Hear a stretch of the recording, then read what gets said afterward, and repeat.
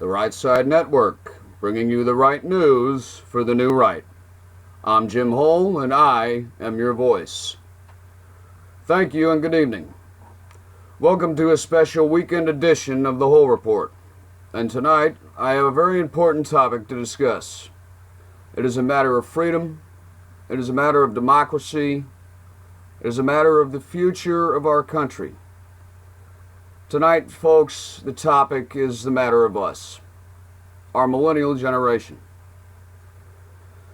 You know, from the very beginning, outset of discussions involving the planning of our network, our number one goal and mission was to give a platform to those of us who have been left out of the mainstream for the last 8 years or so. Conservative millennials. Conservative millennials have always been seen as a threat to the left. We do not fit their mold. Millennials, by a large part in their mind, for whatever reason, aren't supposed to be conservative. But, needless to say, we do exist. Okay? So, all you liberals out there are indeed conservative millennials. You're looking at one right now. But that wasn't the only part of it, though. As much as a threat as we were to the left, we're also increasingly isolated by the Republican establishment. We were ostracized for our increasingly libertarian views on a vast majority of social issues. As far as the mainstream was considered, we were almost considered to be a pariah. We were mortified by the increasingly radical and intolerant leftist ideology that was being spewed from the Democrats. And we were outraged by the blatant refusal by the Republican Party to change or reform anything, which resulted in them losing multiple elections. So, things weren't looking good for us. We were pretty much an outlier. I had left the Republican Party in 2012 after the outrageous campaign ran by Mitt Romney. That was one time where I went to the polls casting a vote that I just knew he was going to lose. The man disappeared for the last month and a half of his campaign. I don't know where the hell he went. I don't know what the heck he was thinking. But from that point forward, I didn't belong to a party, essentially. I mean, I still voted Republican for, local government, state, and all that, but from 2012 onward, I did not consider myself a card-carrying member of the Republican Party whatsoever. But enough was enough, until one famous escalator ride down to the lobby of Trump Tower ignited a movement and changed everything in the course of history in America. However, our movement wasn't the only one taking hold of the American millennial generation, and that's what I'm here to discuss tonight. Our generation, us, the people who in the next 10 to 20 years will rule this country, the millennial generation. The vast majority, see, the thing about millennials is we were put at a disadvantage. A lot of what we see today is not entirely millennials' faults. We were hit particularly hard by the Great Recession. I happened to start college right around the time the Great Recession hit. Our family never fully recovered from that. I lost a lot of money for a lot of stupid reasons, while a lot of people got rich. And that was probably the first step towards me awakening to the fact that the system is indeed rigged, folks. The system is rigged for the rich.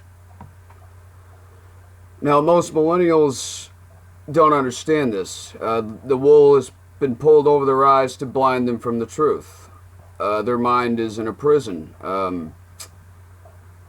And to them I say, this: this is your last chance.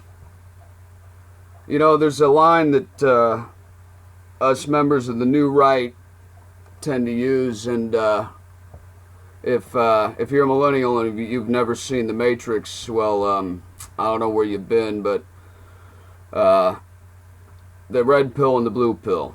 You take the blue pill, and the story ends here, and you would believe whatever you want to believe, and you keep on going about your life asleep.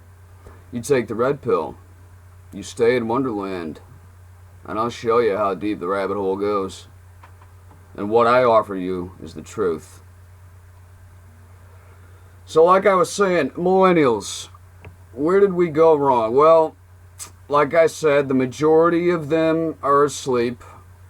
It's not all their fault. They were pretty much indoctrinated by a radical leftist ideology from a young age, and really on college campuses everywhere is just like something you'd see out of it's the college campus in the United States has become something like out of the Soviet Union. I mean, it is so far it is beyond anything that is acceptable in an institution that receives tax dollars. I mean, you might as well be sending your kids to the DNC to go to college. That's how ridiculous it is. I mean, seriously, it's outrageous. Millennials. I'm 26, so the first time I voted was 2008. That was Obama when he first ran. I voted for McCain. I didn't feel particularly good about that vote. I wasn't too thrilled with him, but I thought that he'd be better than Obama. I knew he wasn't going to win anyway, so, Obama blew him out of the water. But what Obama did, to his credit, and he had a good team with him for this. He capitalized on millennials through tech savvy people and people who used social media to their benefit back then. Now, the internet wasn't quite as advanced as it is today. However, he took advantage of YouTube, and he took advantage of Facebook and Twitter at the time. And I mean, my God, I don't even know that John McCain knew what a Facebook was. I don't think John McCain ever used a computer. So when you have that to your advantage alone, it's almost like you've already got a head start. So the left kind of took hold of millennials. Obama was popular. Why not? He was a fresh face. The Democrat Party was reawakened. After what amounted to be a horrible second term for George W. Bush. Anything short of a victory for the Democrats would have been an abomination. So, I mean, they threw Obama out there. He is a masterful speaker. I'll give him that, and he won. And in doing so, he won over a vast majority of the millennial population. But that's when things started to go wrong. They became indoctrinated by an evil and intolerant leftist ideology. They became emboldened by their social justice warrior BS and their safe spaces and college campuses, and no free no free speech, and hurt feelings and participation trophies and whatnot. I mean, my God, it's our generation, our millennial generation has become the softest generation ever. I mean, the college campus is rapidly deteriorating into like I said, something out of the Soviet Union, something out of Nazi Germany, is what is the college campus in the United States is becoming, and that's scary, folks. I mean, that's scary. I mean, we're better than this. Sadly, the majority, they need their safe, the majority, but sadly, the majority of millennials need their safe spaces. They believe in the mainstream media. They believe in the mainstream media and CNN and MSNBC and all their on-air talent with the seven-figure salaries and the blatant liberal agenda, openly colluding with the Clinton campaign. It's okay for the progressive millennial left to believe war is okay as long as a Democrat is president. I mean, don't be fooled, folks. I know you think that Obama was your knight in shining armor, but there was still a war going on long after Bush left office. It was just a covert war. Obama droned he dropped tens of thousands of bombs and droned thousands of innocent people. I mean, you could look it up. I mean, it's, this isn't a conspiracy theory either. Literally, there was a covert war going on for the last 8 years. They just never reported it, It's funny how that works. Trump sneezes and it makes national news, but, Obama drones a village in Pakistan and kills, 6 kids, but that doesn't get any attention at all. And just, the radical left and the PC bullshit and the fake feminism and, oh, they're going to go protest Donald Trump and he's so mean to women, but what? Where were they protesting, how Hillary Clinton for taking millions of dollars from Saudi Arabia? A country where a woman can be killed if she's raped, and if she can't find 3 witnesses to back her up, because you have to have 3 witnesses, and they're governed by Sharia. Where were the women protesting that? Wait, where are the women protesting the sex trafficking going on in the United States? I mean, it goes on. Where are all the women protesting? When anywhere in China, a female baby's killed. It doesn't make any sense. These people are crazy. I mean, they're out of their damn minds.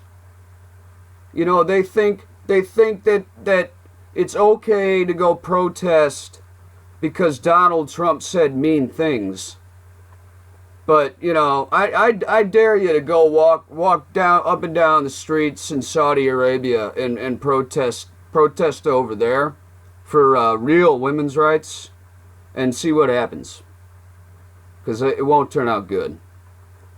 And you got, Black Lives Matter, which, okay, it's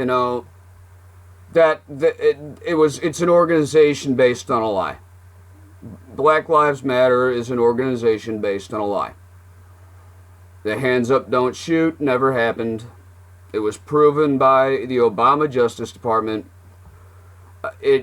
Are there certain things that Black Lives Matter does to benefit the black community? Maybe.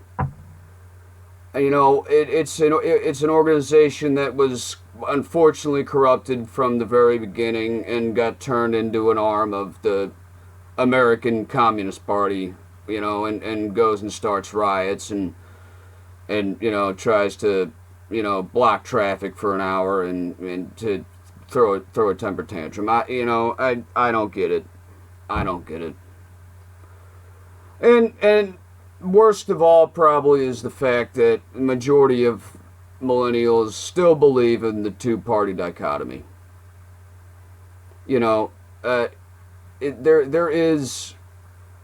really is no difference between the two parties, really, in all sincerity. One has a D after his name and the other has an R, and in the normal circumstance, they're both funded by the same people. They're both taking orders from Wall Street. They're not working for you, the American people. They're working for themselves, and they're working for the bankers. And that's who they're serving.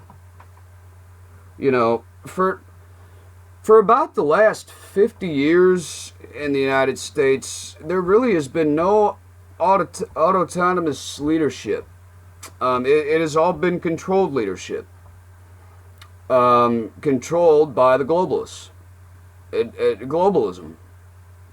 A bunch of multinational, multi-ethnic corporations that just pretty much want cheap labor and open borders, and they want to destroy the sovereignty of the United States. And when I say globalism, don't get me wrong, I'm not talking about the black helicopters and, detention camps like Alex Jones, but there really is true globalism in the world, and it is a danger to our democracy. It's a danger to freedom, and it needs to be stopped. I mean, look at what it's done to this country. Donald Trump, one of the main reasons he got elected was because of globalism just rampage through our nation. Look, when Bill Clinton signed NAFTA, that turned out to be one of the worst trade deals in the history of trade deals. And there aren't any good ones either. NAFTA wound up losing more jobs than creating jobs. It closed our factories. It decimated our auto industry. Our manufacturing gone. In less than 20 years. That's unheard of. And that's wrong. People just don't seem to understand it, and they're not awake to it, but it's true, folks. I mean, I'm telling you the truth. I mean, you know me. I give you my opinion. You don't agree with it, that's fine. But, I'm telling you the truth. So the two-party dichotomy is a bunch of BS. I mean, until Donald Trump came along, really, and I mean this sincerely. I'm not just saying this, because I'm biased, but he is probably the first autonomous leader, probably since JFK. I think. I mean, he doesn't answer to anyone. Donald Trump doesn't owe anyone any favors. So he is leading by himself. Now, it scares a lot of people. I don't understand why. I think a lot of that has to do with the fake news, which, by the way, I'm going to get into in a minute, but that's a whole nother... I could make a whole show dedicated to that, but I digress. But if you're watching this right now, you're probably aware of how screwed up the world is. If you're watching me, you're most likely conservative. Not neoconservative, but conservative. Possibly libertarian. Maybe you're alt-right or new right like myself. Civic nationalist. Hopefully not white nationalists. We're not a bunch of racists, despite what CNN says. I consider myself to be a civic nationalist. I think that civic nationalism is important. You might be a Bernie fan. I don't know. Some Bernie fans turned Trump supporters.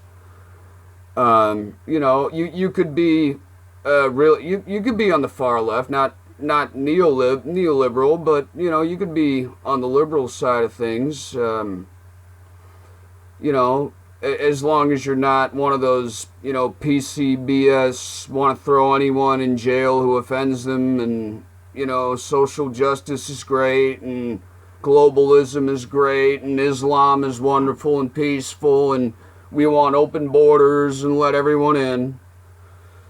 So, you know, but in the next 10 to 20 years, it'll be our generation running this country. And to me, right now, that's scary. However, there is room for hope.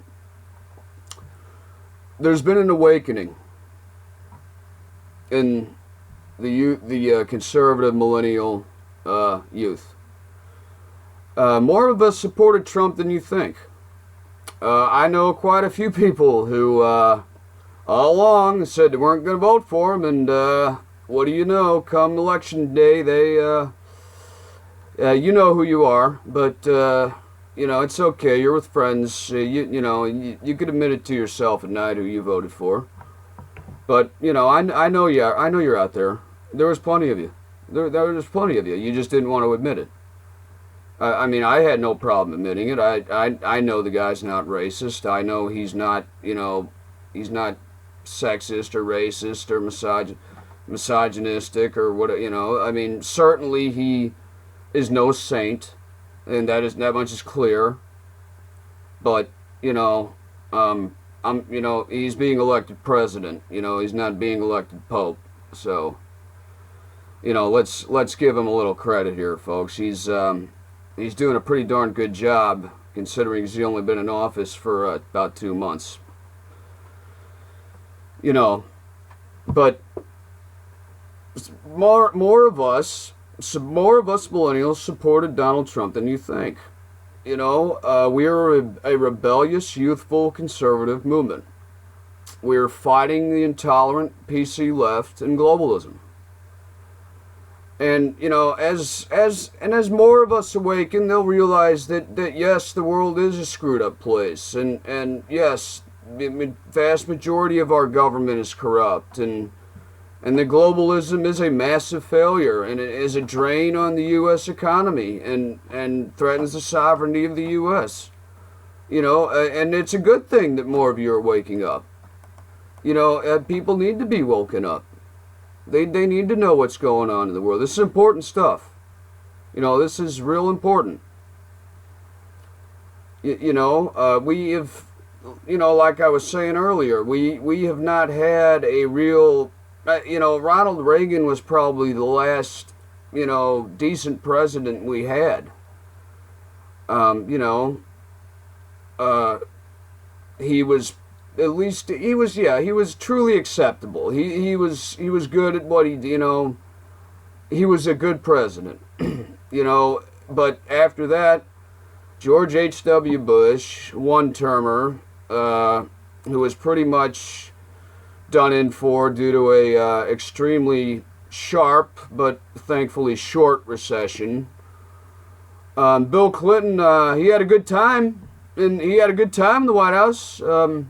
He did not have sex with that woman, but he had a good time in the White House at least. He was just should be thankful that he was president during the dot-com boom. But you know, he signed a, you know, I like I was talking about the other night, he signed NAFTA, which was probably the worst trade deal in the history of trade deals. Signed a crime bill that threw thousands of black fathers into jail, leaving black youth to be, you know, pretty much to be raised by the state.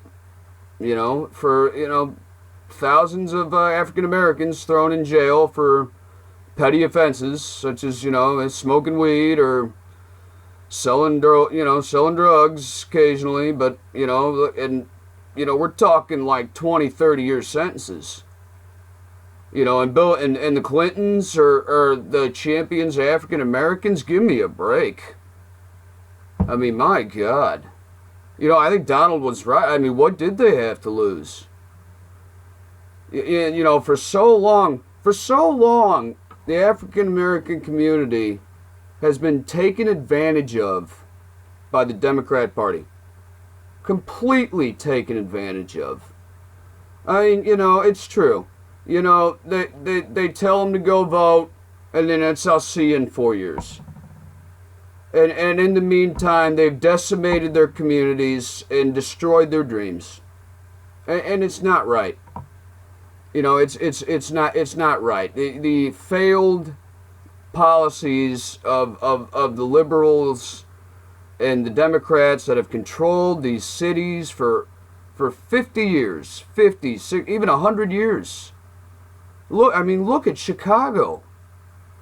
I mean, every night it's like a war zone in Chicago. They were interviewing a guy who reported from Baghdad in Iraq, and he's more afraid to be in Chicago, parts of Chicago at night, than he was in Iraq. I mean, how is that possible in the United States of America? I mean, you know, and that leads to, you know, the divided nation that Obama left us with. You know, Obama, you know, he was still at war. We were still at war when he was president. It was just a silent war, but still, nonetheless, Obamacare turned out to be a mitigated disaster. You know, it's, you know, no, he was not the worst president in the history of our democracy, but he wasn't very good. You know, and in the meantime, globalism and its multinational, multi-billion-dollar companies essentially run the country. Up until now. And this is what really, really got me to believe that this was for real. Our movement was for real. I had never seen in my life, and I'm not that old, but I've seen elections and I've seen, you know, campaigns, and I've seen the media. I have never seen the globalists so scared as they were of Donald Trump. And to the extent that they banked everything on Hillary patronizing neoliberal war hawk, you know, the media bias, the fake news, the disrespect, the cheerleading for Hillary, you know, they were so arrogant they didn't even care how blatant it was or how it looked to the average American. I mean, I saw that every night and I was amazed by it, and I obviously wasn't the only one. But when you waste over $1 billion trying to get that woman elected, and you fail, you know, like my brother always says, the hypocrisy of the left never ceases to amaze me. And they deserved it. They deserved it. You know, it's funny, I was talking to a friend of mine last night about this. He said that for the first, and this is true, for the first time in the history of our nation, we could have had a self-proclaimed socialist as president of this country. A socialist could have been president. And you know what? Thank God they rigged the primary for Hillary, because, you know, I don't know. There's a chance that Bernie could have won. Because the states, the Rust Belt states Trump wound up winning, Bernie won those in the primary. So, you know, I guess we should thank the Democrat Party for handing us that election. You know, I don't know. I mean, Trump very well could have beaten Bernie, but you know, who knows? I mean, we won't know. You know, that's just one of those things we'll never know. But to that effect, you know, it's just all of it leading up, culminating in the election of Donald Trump, which gives me new hope. for our millennial generation. You know, that we're all not just a bunch of lightweight candy asses who think we're entitled to a participation trophy even though we didn't win, and this social justice warrior nonsense, and protesting if something, protesting for some BS stuff that doesn't even make any sense. The majority of these people protesting Donald Trump, they don't even know what they're protesting. I mean, seriously, if you go out on the street and you ask, they don't even know what the hell they're protesting for, and some of them are getting paid to do it. And don't let CNN or MSNBC lie, because they are getting paid. They're getting paid by George Soros. It's all there. There's about 1,000 different PACs that bus people around state to state and bus them to the Capitol. They have pre-made signs.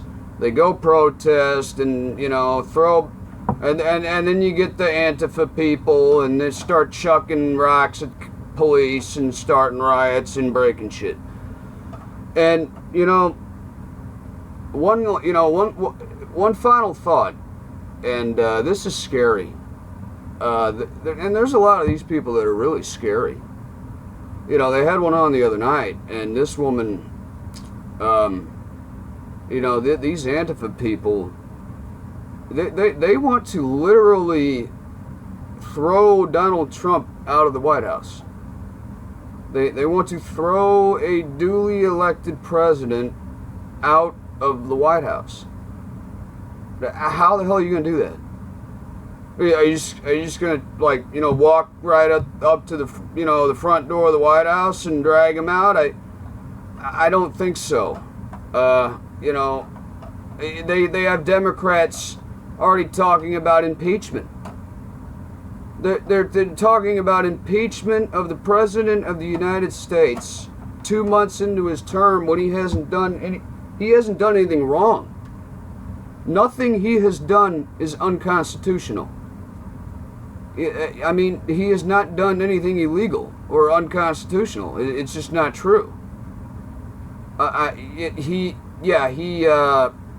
court case, the Muslim ban. Well, it's not a Muslim ban. All right, CNN call it a Muslim ban all at once. It's a travel ban. It had nothing to do with religion. It had to do with countries specified by the Obama administration that were known to harbor terrorists. So, but that still wasn't unconstitutional. Nothing Donald Trump has done has been unconstitutional, and nothing he's done has warranted any sort of impeachment hearings.